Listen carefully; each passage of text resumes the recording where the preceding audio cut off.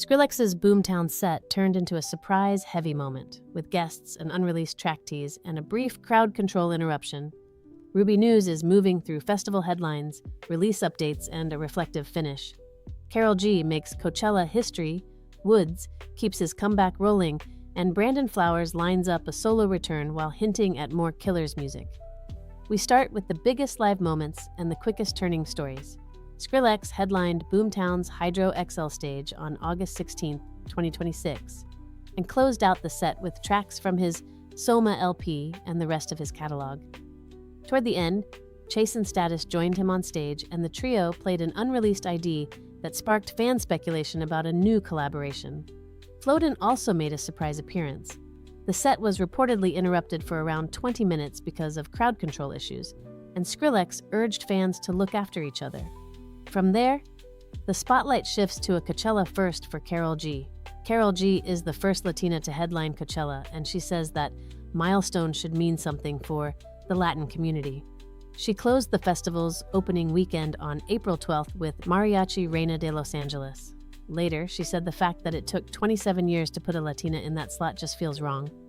On a personal note, she ended her relationship with Fade earlier in 2026, after about 3 years, and now says she wants to date someone normal outside the music industry. WOODZ's post-military solo run is being driven by Drowning, the 2023 song that became a major streaming hit in South Korea while he was serving in the military. It went on to break Melon's record for the longest-running top 10 song in the platform's history, spending more than 70 weeks on the charts. After his discharge in July 2025, he began work on his debut full-length album, Archive 1. He then took that era on an international tour across Asia, Europe, Australia, and North America. At a recent Atlanta show, the crowd sang every word of Drowning. WOODZ says Lee Seung-chul told him to build concerts so even first-time listeners would feel like every song was a hit. Brandon Flowers is back with Thrasher, his first solo album in 11 years, out August 21. He recorded it in Nashville at RCA Studio A with longtime producers Jonathan Rado and Sean Everett, and the music leans into country and Americana. Flowers says the songs draw on his Utah roots and on themes like family, dating, regret, and ordinary lives. He also says, the Killers are in the studio on a new record with all 4 members, the first time since 2012 that they've all recorded on every song. And for that next Killers album, he says early 2028 is more likely than 2027. Xavier Trudeau posted a social media video promoting his new single, Downtown. The clip shows Justin Trudeau and Katy Perry reacting inside a Home Hardware on Saint Laurent in Montreal. In the video, Justin Trudeau dances down the aisle wearing sunglasses and waving a giant plunger while the song plays over the store's speakers. Katy Perry is also in the clip, and at one point, she's behind the camera, documenting the reaction. Xavier Trudeau also invited people to tag him in their own reaction videos. That keeps the first stretch fast and wide-ranging before we shift gears. This part broadens out into festivals, business, and fan-facing updates. Øya Festival in Oslo is playing like a live revue built around 3 strong sets: The Cure, Nick Cave, and Lily Allen. The Cure headlined the main stage on Wednesday night with a 2.5-hour show that stretched across more than 4 decades. They still saved plenty for a 10-song encore. Nick Cave followed on Thursday evening with a career-spanning set that ended with Into My Arms. The rain added to the mood, as he joked, 80% of my songs are about the rain. Lily Allen then turned West End Girl into a 55-minute theatrical set, recreating her former Brooklyn townhouse on stage. The festival has also faced some recent controversy after its 2024 sale to KKR.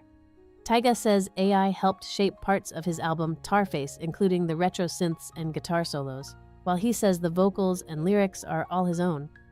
Timbaland has also launched an AI music venture called Stage Zero and signed Tata as its first act.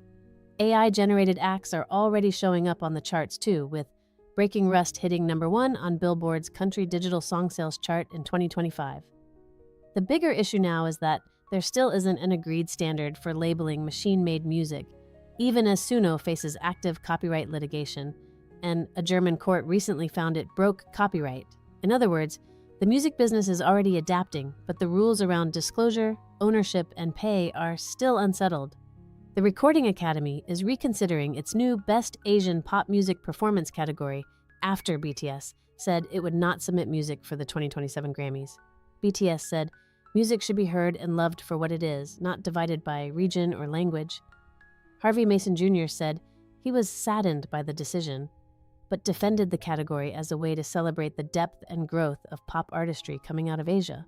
Then, on August 1, he said, "The award may not be serving its intended purpose and that the Academy wants to make sure no voice or community gets overlooked or misunderstood." The category covers Asian pop performances from or widely recognized within Asian markets, including K-pop, J-pop, and C-pop, with meaningful use of one or more Asian languages.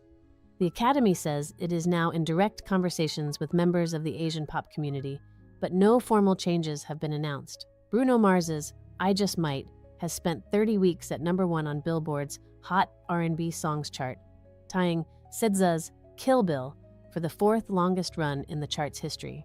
It also holds #1 on Hot R&B Hip-Hop Songs for a 23rd week, making it the 2nd longest-running leader there.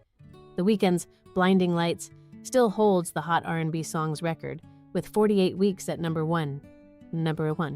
Taylor Swift used Instagram stories to praise Phoebe Bridgers' Lost Weekend on Bridgers' birthday. Swift said she hadn't been able to stop listening and called the album an absolute triumph in every way. She added that Bridgers wrote about grief with real vulnerability, detail, and honesty. Swift and Bridgers also worked together on Nothing New, and later performed it live during the Eras tour. A lighter fan story gives us a clean handoff into the final block. The last act turns more reflective, with legacy stories and a more serious edge.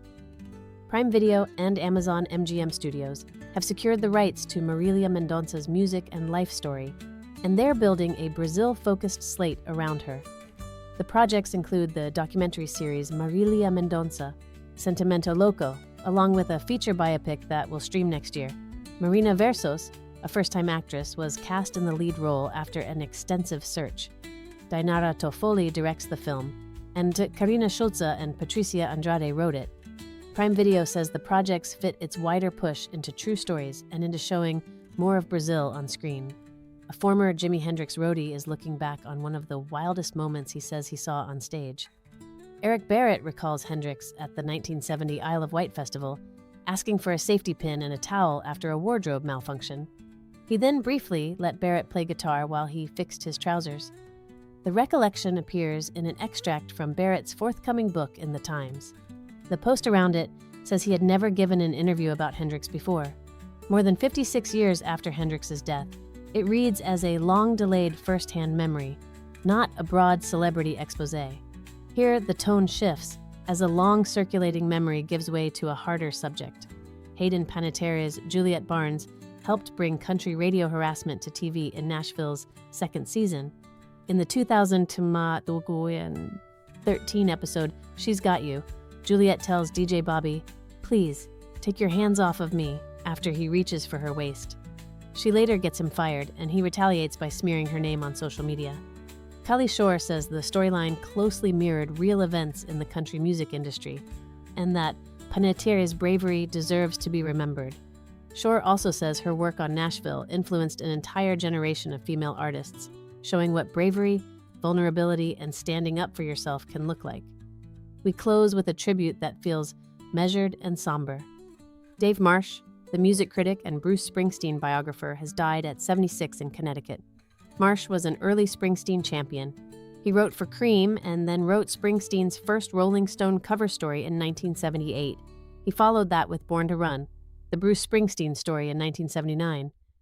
Later, he wrote Glory Days and updated his Springsteen biography as Bruce Springsteen, Two Hearts.